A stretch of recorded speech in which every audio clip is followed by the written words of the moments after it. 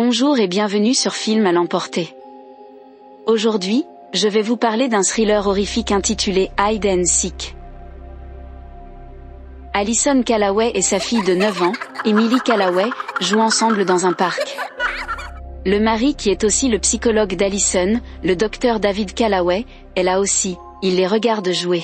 La nuit, Alison et Emily jouent à cache-cache, après quoi la maman met sa fille au lit. Alison semble s'inquiéter de quelque chose. David lui pose des questions à ce sujet, mais elle le rejette. Alison va ensuite prendre un bain. Cependant, vers 2 heures du matin, David se réveille et voit que sa femme n'est toujours pas au lit. Il va vérifier la salle de bain, où il est terrifié de voir Alison assise dans la baignoire ensanglantée. Elle s'était suicidée en se coupant le poignet. Emily se tient dans l'embrasure de la porte alors qu'elle regarde son père étreindre le corps d'Alison en pleurant. Quelques jours plus tard, Emily est dans un hôpital pour enfants et semble déprimée. David parle à sa collègue qui est aussi une bonne amie, la doctoresse Catherine Carson, et décide qu'il serait préférable que lui et sa fille déménagent à la campagne pendant un certain temps. Catherine est également proche d'Emily. Elle embrasse Emily et lui dit à bientôt, et ils partent. La fille amène son chat avec elle à la campagne.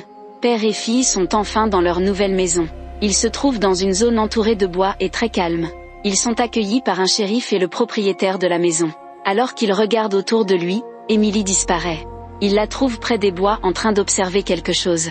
Cette nuit-là, Emily ne mange rien et insiste pour se coucher tôt. David essaie de lui remonter le moral, mais la fille est traumatisée par la mort de sa mère. Il lui donne ensuite un journal pour écrire ce qu'elle ressent, après quoi Emily souhaite bonne nuit à sa poupée préférée nommée Alex avant d'aller dormir. Le lendemain, David est en train de déballer ses affaires dans sa salle d'études, pendant qu'Emily part dans les bois en suivant un papillon. Mais elle s'arrête et voit une grotte. Au moment où David commence à la chercher, elle est de retour. Mais sa poupée préférée, Alex, n'est pas à ses côtés.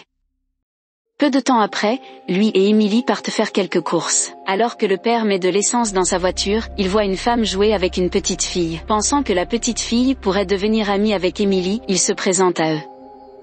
La femme s'appelle Elizabeth Young.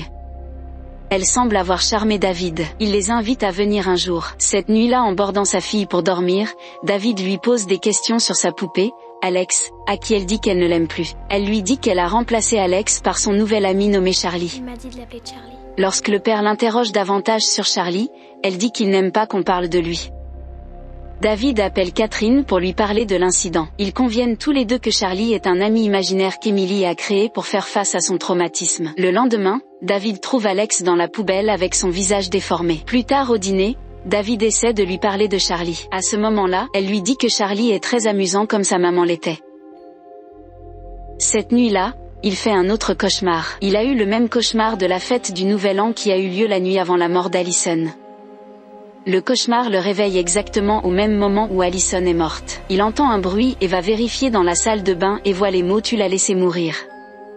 La baignoire est remplie d'eau et les crayons d'Emily y traînent. Il se retourne et voit sa fille derrière lui, mais interrogée à ce sujet, Emily insiste sur le fait que c'est Charlie qui l'a fait.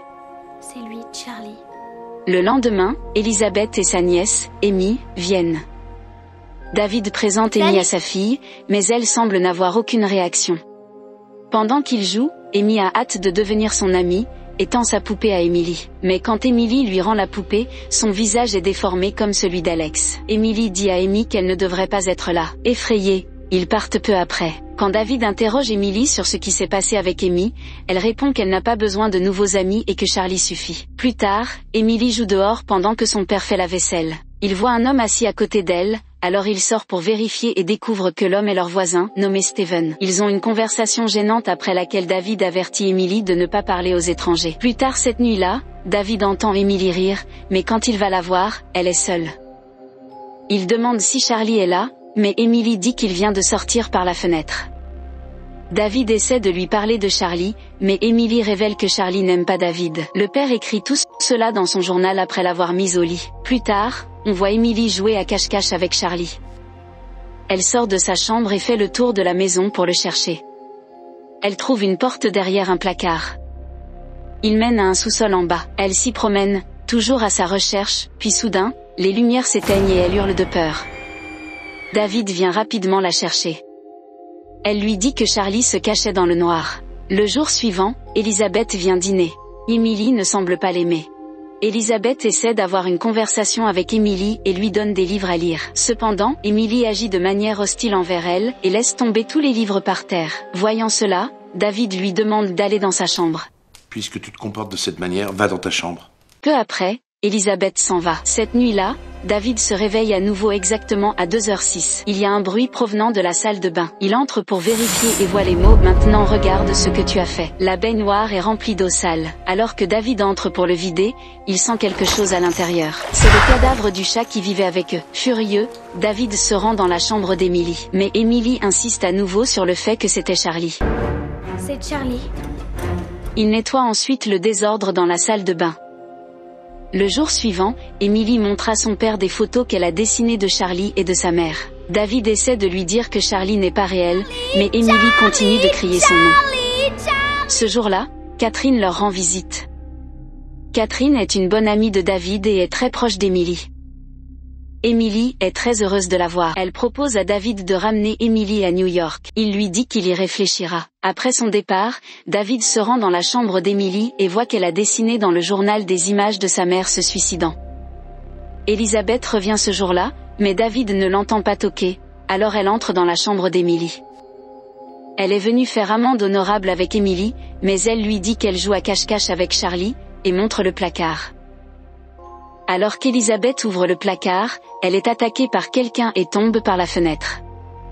Après quelques heures, le shérif vient poser des questions sur Elizabeth. Il informe David qu'il a trouvé la voiture d'Elizabeth abandonnée sur la route, et sa nièce lui a dit qu'elle était venue ici. Mais David répond ne rien savoir de l'incident. Le shérif interroge ensuite Emily à son sujet, mais elle ment et lui dit qu'elle ne l'a pas vue. Après son départ, David sent que quelque chose ne va pas. Il voit la vitre brisée. Emily pleure de façon hystérique. Elle lui montre l'heure. Il est encore exactement 2h06. David se précipite dans la salle de bain et voit des écrits sur le rideau de douche. Peux-tu le voir maintenant? Il tire les rideaux et est terrifié de voir Elizabeth morte allongée dans la baignoire. Il se précipite vers une Emily en pleurs, mais elle insiste toujours sur le fait que c'était Charlie. Elle dit qu'elle ne peut rien dire à David à son sujet. Puis le père l'enferme dans la chambre en se précipitant. Peu de temps après, nous voyons quelqu'un ouvrir la porte pour elle. Emily appelle alors Catherine pour lui dire qu'elle ne veut plus jouer avec Charlie. David, quant à lui, décide de se débarrasser du corps d'Elizabeth. Mais quand il entre dans la salle de bain, le corps n'était plus là. Emily dit que Charlie vient de s'en aller avec. C'est allé trop loin. David est maintenant furieux et déterminé à découvrir qui est vraiment ce Charlie. Il court dehors pour le chercher. Soudainement, son voisin Steven apparaît derrière lui et demande à voir Emily car il a entendu des bruits provenant de leur maison. David l'attaque en supposant que pendant tout ce temps il était Charlie. Il se précipite chez lui et verrouille les portes. Il lui dit de rester loin de sa fille. Emily le serre dans ses bras de peur et le supplie de la protéger de Charlie. Il entre ensuite dans sa salle de travail, où il est surpris de voir qu'aucun des cartons n'a été ouvert depuis qu'ils ont emménagé ici. Même les journaux sont vierges. Il est sous le choc parce qu'il a été plusieurs fois dans le bureau pour écrire dans son journal après avoir emménagé. Soudain, tout lui revient. Nous voyons que la personne qu'Emily a rencontrée vers la grotte ce jour-là était David. Il se rend compte qu'il a un trouble dissociatif de l'identité, et que Charlie n'est pas du tout imaginaire.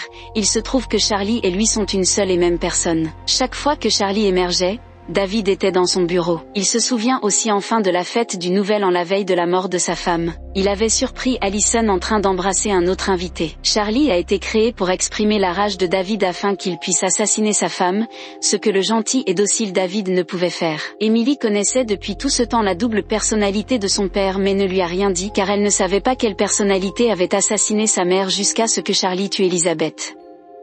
Chaque fois que Charlie émerge, David ne se souvient de rien. Lorsque David s'en rend compte, la personnalité de Charlie prend complètement le dessus sur lui. Heureusement, le voisin a appelé le shérif, qui vient voir David. Il retrouve Emily dans sa chambre lorsque les lumières s'éteignent. Le shérif descend pour vérifier. Cependant, il est tué par Charlie. Charlie sent qu'Emily ne l'aime plus. Il commence une partie de cache-cache et commence à compter. Emily se précipite dans sa chambre. Juste à ce moment, Catherine arrive. Alors qu'elle descend au sous-sol, Charlie apparaît derrière elle et la pousse dans les escaliers. Il l'enferme, et elle trouve le cadavre du shérif. Emily, quant à elle, s'enferme dans sa chambre. Charlie casse la porte, mais Emily s'est déjà faufilée par la fenêtre et s'enfuit dans les bois. Elle se cache dans la grotte.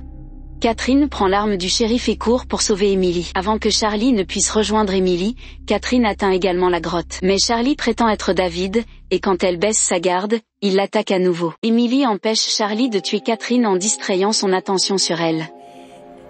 S'il te plaît, Charlie. Alors que Charlie se rapproche pour tuer Emily, Catherine s'interpose entre eux et lui tire dessus. Quelques mois plus tard, Emily et Catherine sont de retour à New York et y vivent heureux à présent.